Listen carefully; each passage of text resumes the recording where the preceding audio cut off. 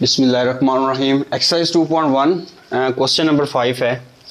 तो इसके अंदर हमने इसका डेरिवेटिव फाइंड करना है जो भी इसके अंदर वेरिएबल है उसके लिहाज से। ठीक है, तो इसके अंदर जो वेरिएबल अब चल रहा है वो टी है, तो मतलब इस इक्वेशन को हमने with respect to T differentiate करना है। तो इसलिए हम यहाँ पे लिखते हैं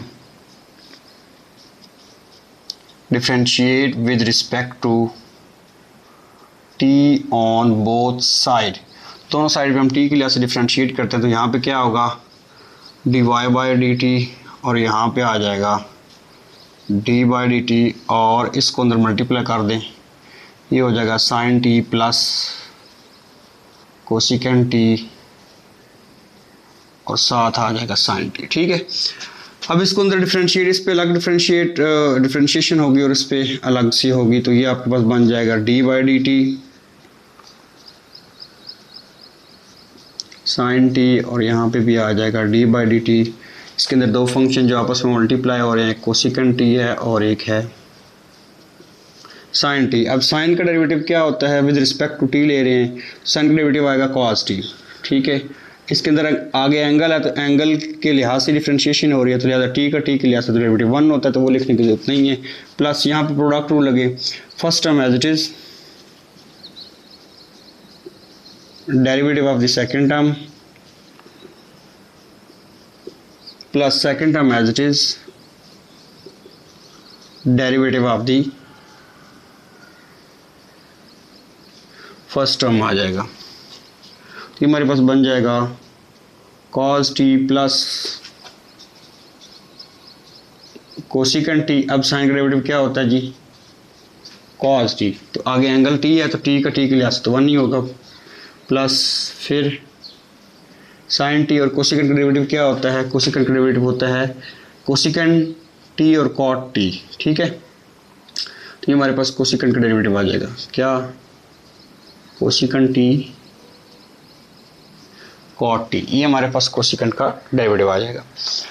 इसके बाद इसको फाइनलाइज करें तो ये आपके पास फाइनल आंसर बनेगा cos T plus cosecant T cos T, और ये आपके पास बन जाएगा प्लस साइन टी। कोसिकेंट को आप लिख लें 1 ओवर साइन, कॉट को आप लिख लें कॉस ओवर साइन। एक साइन जो है वो साइन इससे कट जाएगा, और इसको आप चलें कॉट ही रहने दें, तो ये आपके पास आंसर आ जाएगा यहाँ cos T plus cosecant T cos T plus cot T. ठीक है, तो ये हमारा इस क्वेश्चन का जी फाइनल आंसर आ जाएगा। जी क्वेश्चन नंबर 6 है, इसको भी इसमें जो वेरिएबल x है इसके लिहाज से इसको डिफरेंशिएट करना है। तो इसको डिफरेंशिएट करते हैं, differentiate with respect to x on both side. ठीक है, तो x के लिहाज से अब हमने इसको डिफरेंशिएट करना है। तो x के लिहाज से जब हम इसको डिफरेंशिएट करेंगे तो differentiate with respect to x on both side हमने लिखा, उधर क्या आ जाएगा, D Y by D X, इधर भी D by D x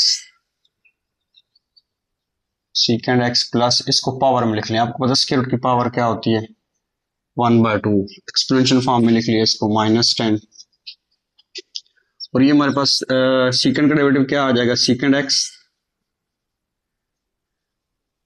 tan x, plus यहाँ पे पावर रूल लगेगा। पावर, ये तो 4 तो कांस्टेंट है, इसका तो डेरिवेटिव होगा कि नहीं, ये एच आ जाएगा। यहाँ पे पावर रूल लगाएं, पावर क्या होती है शुरू में आ जाएगी, पावर में से हमने एक कम करने, देन पावर के अंदर x है तो x का x के लिहाज से 1 आएगा, और 10 तो कांस्टेंट और उसका डेरिवेटिव क्या आ जाएगा, 0। ये हमारे पास बन जाएगा सीकेंड x tan x, 4 को इससे कट करें +2, और x 1 - 1/2, तो एलसीएम ले, आप एलसीएम क्या आएगा, 2 आएगा, तो 1 और यहाँ पे -2 आ जाएगा,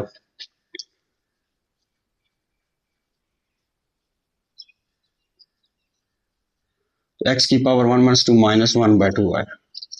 तो इसको आप मजीद लिख लेंगे 2/, नीचे आके +1/2 हो जाएगा और इसको अगेन आपने स्क्वायर रूट की फॉर्म में लिख लेना और ये इसका फाइनल आंसर आ जाना। ठीक है, इसके बाद अब हमारे पास आगे जो नेक्स्ट क्वेश्चन नंबर 7 to 9 है, उनकी स्टेटमेंट क्या है। कहता है find dy by dx by making suitable substitutions and applying the chain rule। अब चेन रूल क्या होता है वो आगे जब चेन रूल लगाऊंगा तो उससे पहले मैं आपको बताऊंगा, लेकिन अब इसका मतलब क्या है कि मतलब ये है कि हमने dy by dx फाइंड करना है, लेकिन हमारे पास जो भी हमें फंक्शन दिया जाएगा, ठीक है, उसके अंदर जो वैल्यूज होंगे उसको किसी और फंक्शन के इक्वल आपने सब्स्टिट्यूट करना है, पुट करना है, पुट करके फिर आपने देन चेन रूल अप्लाई करके आपने dy by dx फाइंड करना है। कैसे करना है फर्स्ट पार्ट से समझ आएगा। फर्स्ट ऑफ ऑल तो हमारे पास इसके रूट के अंदर जो फंक्शन है ना, इसको हम किसी और फंक्शन लेट कर लेते हैं कि ये हमारे पास u की इक्वल, क्योंकि सब्स्टिट्यूट करना है, सब्स्टिट्यूट का मतलब है किसी और की इक्वल करना है आपने। तो लेट किया कि ये हमारे पास कोई भी फंक्शन किसी और की, ये y की इक्वल है ना, ये सारा स्क्वायर रूट वाला, लेकिन स्क्वायर रूट के अंदर वाला जो x वाला है इसको हमने लेट किया कि ये हमारे पास किसी और फंक्शन u की इक्वल है। आप किसी और वैल्यू की इक्वल भी लिख सकते हैं, मैंने u लिख दिया, आप z लिख सकते हैं, आप v लिख सकते हैं, कुछ भी लिख सकते हैं, तो मैंने u लिख दिया। अगर ये 1 + x 1/x u की, इसको मैं क्वेश्चन नंबर 1 का नाम देता हूं। अगर ये u की इक्वल है, देन जब मैं इसकी जगह पे u रखूंगा तो हमारे पास y क्या आ जाएगा, y आ जाएगा u1/2 की। ठीक है, इसको स्क्वायर रूट को मैंने पावर बना दिया है और इसके अंदर जो फंक्शन था उसको मैंने उसकी जगह पे ये जो वैल्यूज मैंने लेट किया उसकी इक्वल लिख दिया u, क्योंकि 1 + x 1/x किसकी इक्वल है, u की इक्वल है, तो लिहाजा इसकी जगह जब u पुट करेंगे तो y किसकी इक्वल आ जाएगा, u इसकी जगह पे आ जाएगा और स्क्वायर रूट पावर में चेंज होगा। इसको मैं क्वेश्चन नंबर 2 का नाम दे दूंगा। अब इन दोनों क्वेश्चंस को सॉल्व करके हमें dy by dx निकालना है। तो फर्स्ट ऑफ ऑल तो हम इनको सॉल्व करते हैं, देन मैं बताऊंगा कि चेन रूल क्या होता है।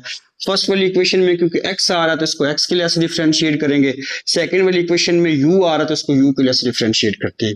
ठीक है, तो पहले हम लिखते हैं differentiate 1 with respect to x, differentiate equation 1 with respect to x on both side. तो 1 को x के लिए ऐसे डिफरेंशिएट करें, ठीक, क्या बनेगी tu by dx, t by dx अंदर क्या है 1 + x/1 - x। अब देखिए यहाँ पे हमारे पास फ्रैक्शन फॉर्म में है फंक्शन, तो यहाँ पे कोशेंट रूल लगेगा। कोशेंट रूल आपको पता है उसमें क्या होता है, उसमें हमने नीचे वाली वैल्यूज का क्या करना होता है, du by dx। Quotient rule में हम नीचे वाली वैल्यूज का स्क्वायर लेते हैं, नीचे क्या है 1 - x, फिर नीचे वाली वैल्यू ऊपर एज इट इज आती है,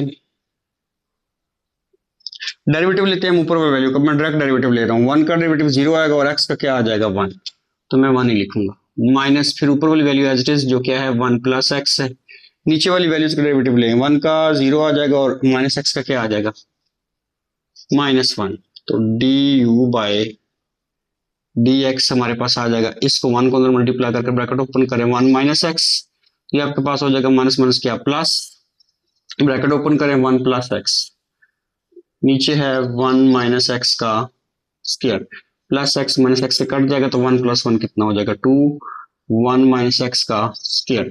तो ये हमारे पास जी du बाय dx आ गया, जिसको हमने सेव कर लिया है, आगे चेन रूल में हेल्प करेगा। अब हम क्वेश्चन नंबर 2 को with respect to u differentiate करते हैं,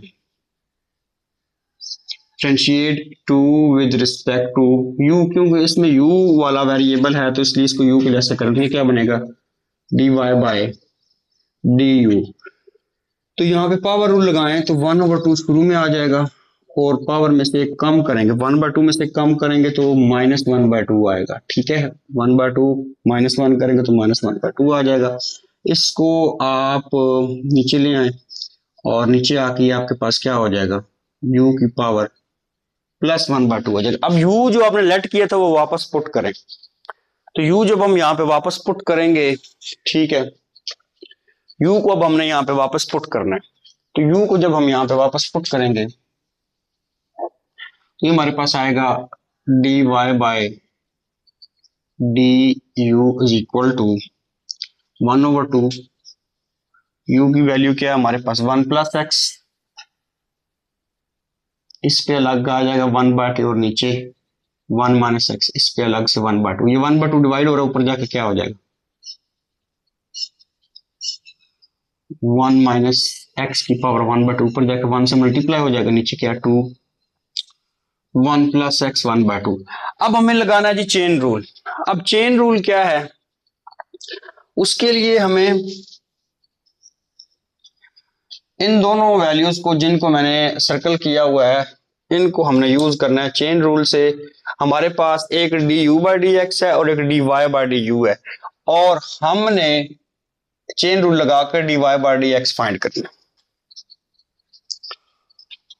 देखिए चेन रूल कैसे हम लगाएंगे। सबसे पहले तो अगर आप चेन रूल लगाएंगे तो आप लिखेंगे बाय चेन रूल। देखिए चेन रूल जो है दो वेरिएबल्स को जोड़ता है, ठीक है। तो उसके लिए आपने क्या करना है, जब भी आपने चेन रूल लगाना है आपने dy/dx लिखा है। अब देखिए ये dy है तो आप ऊपर dy लिख लेंगे, नीचे आप लिख लें du डॉट, यहाँ पे du आ जाएगा और नीचे dx आ जाएगा। अब देखिए ये दोनों हैं इक्वली, क्योंकि du से कट हो जाए dy/dx इधर भी dy/dx के इक्वल आ जाएगा। तो हमने ऐसे इसमें वो तीसरा जो फंक्शन है वो हमने ऐसे इसमें इन्वॉल्व करना है कि उसका यूज भी हो जाए। देखिए du/dx ऐसा यूज भी हो जाएगा और dy/du ये भी यूज हो जाएगा, इसका यूज भी हो जाएगा। और उसके बाद अगर हम इसको कट करें du और du को कट भी करें तो वो हमारे पास वापस dy/dx भी बनेगा। ये dy/dx जो हमने फाइंड करना है वो भी बन जाए और इसका यूज भी हो जाए, और अगर इसको सॉल्व करने से देखें तो सेम वही चीज बन रही हो। तो अगर du/du को कट करें तो वापस dy/dx ही आएगा, ठीक है।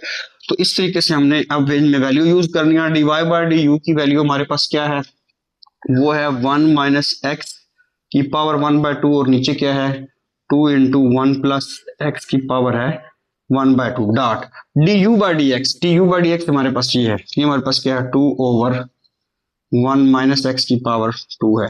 ये 2 से क्या हो जाएगा कैंसिल। अब ये देखें दोनों जो हैं ये सेम है, बेसिस इसकी पावर 1/2 है, इसकी पावर 2 है, लेकिन बेस इसकी 1 - x है और इसकी 1 - x है। तो हम क्या करते हैं, हम 1 - 2 को जो है या इसको ऊपर ले जाते हैं, ऊपर जाके ये क्या हो जाएगा, ऊपर जाके ये हमारे पास माइनस हो जाएगा, या इसको नीचे लेके आते हैं, इसको चले नीचे लेके आते हैं तो देखते हैं कि हमारे पास क्या बनता है फाइनल आंसर। तो dy/dx इक्वल आ जाएगा हमारे पास, ऊपर क्या रह जाएगा हमारे पास 1 रह जाएगा, नीचे आ जाएगा एक क्या है 1 + x की पावर 1/2 और 1 - x 2 - 1/2। ये 1/2 इसमें से माइनस हो जाएगा, क्योंकि आपको पता बेसिस सेम हो तो पावर जो है ना वो उनको सेम कर इकट्ठा करें तो वो प्लस माइनस होती है, ऊपर से नीचे तो माइनस हो जाएगी। ये आपके पास हो जाएगा 1 + x और 1 - x, इसमें से आपने 2 एलसीएम लेना है। ये क्या हो जाएगा 2 * 4 - 1 और 4 - 1 क्या होता है 3/2। तो ये हमारे पास जी dy/dx का फाइनल आंसर निकलेगा। ठीक है जी, अब हम नेक्स्ट क्वेश्चन करते हैं।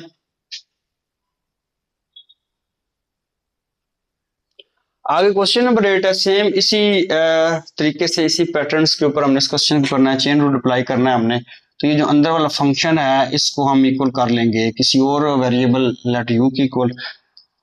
देखिए कैसे करते हैं, तो लेट करते हैं कि हमारे पास u जो है वो इक्वल टू है sin x plus cos x, इसको हमने इक्वेशन नंबर 1 का नाम किया। अगर ये u की इक्वल है, यहाँ पे इसकी जगह पे u पुट करें तो y किसकी इक्वल बन जाएगा u की पावर 3/2, इसको हमने इक्वेशन नंबर 2 का नाम दे दिया, ठीक है।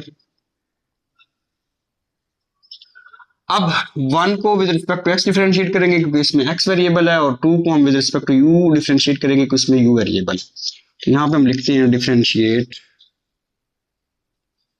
1 with respect to x on both side. ये क्या बन जाएगी du/dx, साइन डेरिवेटिव लेंगे क्या आएगा with respect to x cos x plus cos का लेंगे तो वो क्या आएगा माइनस साइन एक्स, आगे एंगल एक्स, ये दोनों में तो उनका वारना तो वो लिखने की जरूरत नहीं है। ये आपके पास बन जाएगा cos x minus sine x, और ये हमारे पास du/dx dx की वैल्यू जो है ये हमने सेव कर ली है।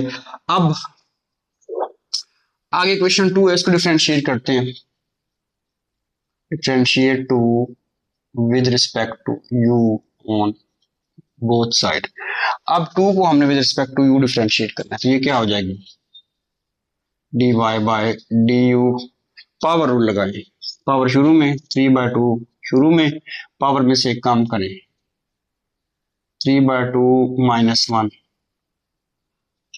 3/2 u में 3/2 -1 करें, जिसके नीचे कुछ नहीं होता उसके नीचे 1 होता है, तो 2 को 1 से मल्टीप्लाई करके 2 एलसीएम बनाए तो ऊपर क्या आ जाएगा, 2 को 2 पे डिवाइड करेंगे 1 आएगा, 1 को 3 से मल्टीप्लाई करेंगे 3, फिर 2 को 1 पे डिवाइड करेंगे 2 आएगा, 2 को 1 से मल्टीप्लाई करेंगे तो 2, तो आपके पास बनेगा 3/2 u की पावर 1/2। u की वैल्यू वापस पुट कर दे इसमें, u की वैल्यू क्या है, sin x plus cos x की पावर 1/2। ये हमारे पास जी dy बाय du आ गया। अब हमें चेन रूल लगा के dy बाय dx फाइंड करना है।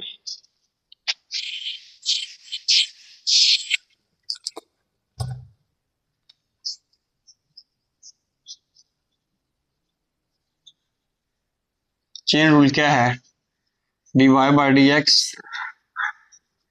dy by du dot du by dx, dy by du sorry dy by du ये हमारे पास क्या है, ये 3/2 sin x plus cos x की पावर 1/2 है, डॉट du बाय dx हमारे पास जस्ट क्या है,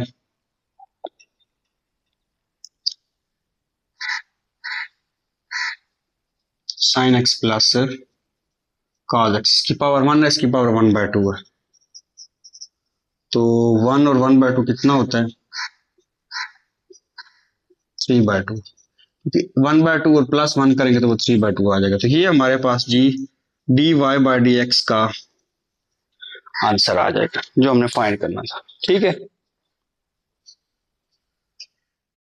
जी, क्वेश्चन नंबर 9 to 12 जो है, अच्छा एक चीज जो पिछला हमने क्वेश्चन किया उसमें भी उसने 9 to 7 to 9 बोला हुआ था, उनकी स्टेटमेंट के सेम है, लेकिन था वो 7 to 8 तक, ठीक है, लेकिन वो बुक में ऐसे लिखा हुआ, लेकिन वो मिस्टेक है। तो 9 यहां से शुरू हो रहा है, जो 9 वाला क्वेश्चन है उसकी स्टेटमेंट इस ये वाली है एक्चुअल में, ठीक है, और वो 7 to 8 तक था क्वेश्चन पिछला जो था। तो 9 to 12 जो है उनकी स्टेटमेंट क्या है, वो कहते हैं differentiate with respect to the variable involved, जो वेरिएबल फंक्शन में दिया जाएगा उसके लिहाज से आपने उसको डिफरेंशिएट करना होगा। जैसे ये y वाला जो फंक्शन है इसमें अगर देखा जाए तो वेरिएबल आपको क्या, ये वेरिएबल x, तो x के लिहाज से इस पूरे फंक्शन को हमने डिफरेंशिएट करना है। ठीक है, तो डिफरेंशिएट करते हैं, तो यहाँ पे हम लिखते हैं differentiate with respect to x on both side. तो x के लिए डिफरेंशिएट करते हैं, ये क्या बन जाएगा dy बाय dx, और यहाँ पे भी d by dx, secant x का एंगल है ये, ठीक है, क्योंकि सीकेंड के अंदर लिखा हुआ तो ये इसका एक किस्म का क्या है, एंगल है। एंगल तो कुछ भी हो सकता है, तो उसने एंगल क्या रखा हुआ tan x। अब हमने क्योंकि हम डिफरेंशिएट कर रहे हैं सीकेंड को, तो सीकेंड का डेरिवेटिव लेंगे, उसके बाद जो एंगल है उसका अलग से लेंगे। पहले एंगल का अलग से क्यों नहीं लेते थे, क्योंकि एंगल पहले होता था वही जिसके लिहाज से हम डिफरेंशिएट कर रहे होते थे, वो तो 1 बनता था, इसलिए हम वो 1 लिखते नहीं थे, उसको डिफरेंशिएट नहीं करते थे। इसलिए यहाँ पे अब वो एंगल नहीं है जिसके लिहाज से डिफरेंशिएट कर रहे हैं, यहाँ पे एंगल जो है वो tan x है, तो इसका अलग से डेरिवेटिव हमें लेना पड़ेगा। सबसे पहले हमें ये देखना है कि सीकेंड का डेरिवेटिव क्या होता है, तो सीकेंड का डेरिवेटिव आपके पास आ जाएगा सीकेंड x। अब यहाँ पे सॉरी यहाँ पे x नहीं आना, जस्ट सीकेंड है, सीकेंड का डेरिवेटिव आ जाएगा सीकेंड, आगे जो उसका एंगल होता है वो एंगल यहाँ पे क्या है tan x है, और साथ में आता है आपके पास tan, आगे उसका जो एंगल है वो आता है, तो यहाँ पे एंगल क्या है tan खुद ही है। ठीक है, क्यों, क्योंकि जो सीकेंड का डेरिवेटिव है वो होता है, फॉर एग्जांपल जो भी एंगल हो, सीकेंड अगर थीटा एंगल है तो secant theta dot tan theta. अब यहाँ पे क्योंकि थीटा की जगह पे ये वाली चीज आई हुई है tan x, तो लिहाजा इसका डेरिवेटिव आ जाएगा सीकेंड आगे जो एंगल है tan x डॉट tan, आगे जो एंगल है वो है। अब एंगल का अलग से डेरिवेटिव लेना है हमने, तो एंगल हमारे पास क्या है, tan x है। ठीक है, तो ये आपके पास बनेगा second tan x dot tan x, tan derivative क्या होता है, सेकेंड स्क्वायर एक्स, आगे x है इसका एंगल, इस ट्रिग्नोमेट्रिक फंक्शन का, तो x का तो 1 होता है, वो लिखने की जरूरत नहीं। तो ये हमारे पास इसका आंसर आ जाएगा क्वेश्चन नंबर 9 का। अब हम जी क्वेश्चन नंबर 10 करते हैं। क्वेश्चन नंबर जो 10 है, इसमें हमारे पास y है और इसकी इक्वल में tan स्क्वायर है और प्लस cot, आगे उसके एंगल जो है वो x स्क्वायर है। तो ऑब्वियसली इसमें x वेरिएबल है, तो x के लिए इसको डिफरेंशिएट करते हैं।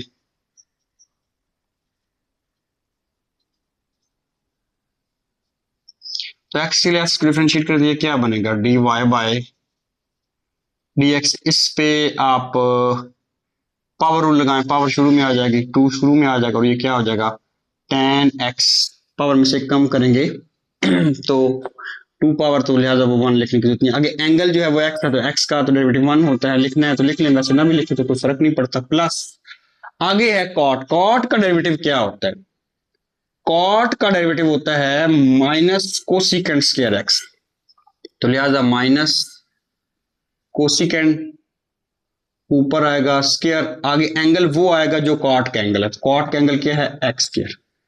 ये हमारे पास कॉट का डेरिवेटिव, आगे कॉट का जो एंगल है उसका अगेन हमने डेरिवेटिव लेना, तो कॉट का एंगल क्या है, कॉट का एंगल है एक्स स्क्वायर, तो इसका अगेन डेरिवेटिव हमें लेना पड़ेगा। ठीक है, दोबारा देख लें, यहाँ पे पावर रूल लगेगा क्योंकि tan की पावर है, इस ट्रिग्नोमेट्रिक फंक्शन की पावर है, तो पावर रूल क्या होता है, पावर शुरू में स्टार्ट में पावर में से हमने कम कर देना, तो 2 में से कम करेंगे तो 1 1 लिखी नहीं जाती पावर, एंगल एक्स है तो उसका 1 आ जाएगा। प्लस फिर इस कॉट का डेरिवेटिव होगा माइनस कोसिकेंड स्क्वायर, और एंगल वो आएगा उस कोसिकेंड में जो कॉट का है, तो कॉट का एंगल क्या है, एक्स स्क्वायर।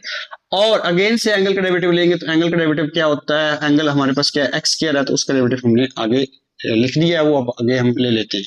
तो मेरे पास बन जाएगा 2 tan x प्लस माइनस क्या हो जाएगा, ब्रैकेट ओपन होगी तो plus minus minus cosecant square, angle उसका एक्स स्क्वायर है, और इसका डेरिवेटिव क्या आ जाएगा, 2 पावर रूल लगेगा शुरू में और पावर में से कम, तो x, तो ये हमारा इसका आंसर आ जाएगा।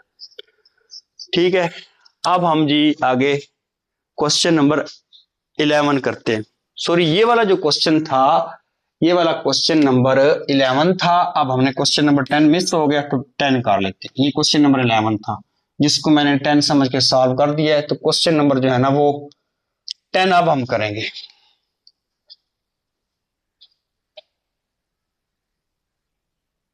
आगे क्वेश्चन नंबर 10 11 हम कर चुके हैं, तो 10 अब सॉल्व करते हैं। तो इसमें भी x ही वेरिएबल है, तो x के लिए इसके डिफरेंशिएट कर लेते हैं।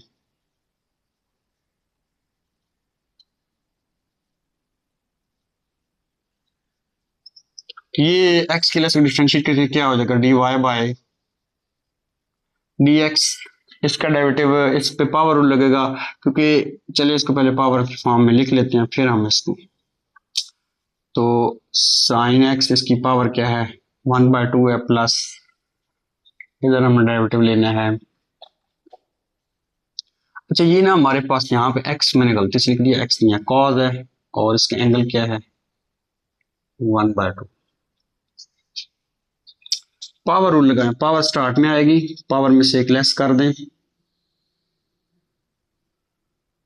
और पावर के अंदर जो फंक्शन है उसका अगेन से डेरिवेटिव लेना है हमने। पावर क्या है, पहले तो पावर के अंदर फंक्शन वही होता था जिसके लिए हम डिफरेंशिएट कर लेते थे, फॉर एग्जांपल एक्स है तो एक्स के लिए उसका तो 1 वो लिखते नहीं थे।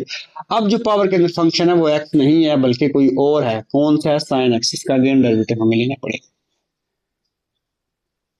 जैसे किसी ट्रिग्नोमेट्रिक फंक्शन का डेरिवेटिव लें तो एंगल का अगेन लेते हैं, वैसे ही अगर पावर के अंदर जो फंक्शन है उसका अगेन लेंगे, तो पावर रूल जब अप्लाई कर लिया तो पावर के अंदर जो भी फंक्शन है उसका अगेन डेरिवेटिव लेना पड़ेगा। प्लस यहाँ पे इसी तरह कॉस डेरिवेटिव क्या आ जाएगा, कॉस डेरिवेटिव आ जाएगा माइनस साइन, और एंगल वही आएगा जो कॉस का है, क्या है, 1/2, और एंगल का अगेन डेरिवेटिव लेंगे हम, एंगल क्या है, एंगल है हमारे पास x की पावर 1/2। तो यहाँ इसको पूरा सॉल्व करें, 1 - 1/2, तो क्या बनता है, 1 - 1/2 -1/2 आता है। साइन का डेरिवेटिव क्या आ जाएगा, cos x plus minus minus हो जाएगा, ये प्लस माइनस माइनस लिखें इसको, तो साइन आगे एंगल क्या है 1/2 है, पावर रूल लगाएं 1/2 स्टार्ट में पावर में से कम, तो 1/2 -1 तो आपको ऑलरेडी बताया हुआ है कि वो -1/2 है। और इसको मजीद सॉल्व करें तो ये 1/2 ये नीचे आके पावर क्या हो जाएगी आपकी, साइन की जो वैल्यू है पावर है वो प्लस में चेंज हो जाएगी, और कॉस को 1 से मल्टीप्लाई कर दें तो कॉस एक्स आ जाएगा, माइनस यहाँ पे साइन आगे एंगल 1/2 है, 2 नीचे आके एक्स की पावर 1/2, तो ये हमारे पास इसका आंसर आ जाएगा, फाइनल आंसर आ जाएगा। ठीक है जी, अब हम आगे क्वेश्चन नंबर 11 ऑलरेडी कर चुके हैं, अब हम 12 क्वेश्चन नंबर 12 करते हैं। क्वेश्चन नंबर जो 12 है इसके अंदर अब हमारे पास जो वेरिएबल है वो है v, लिहाजा हम इसको डिफरेंशिएट करेंगे with respect to v on both side, v के लिहाज से डिफरेंशिएट करेंगे, क्या बनेगा dy बाय dv।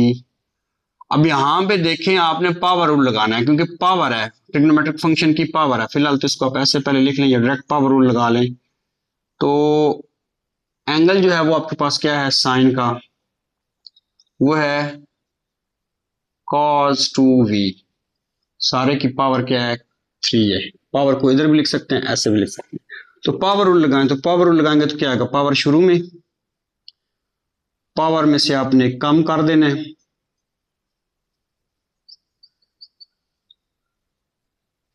और पावर के अंदर जो फंक्शन है उसका अगेन डेरिवेटिव आपने लेनी है v के लिहाज से। पावर के अंदर फंक्शन क्या है, पावर के अंदर जो फंक्शन है वो आपके पास है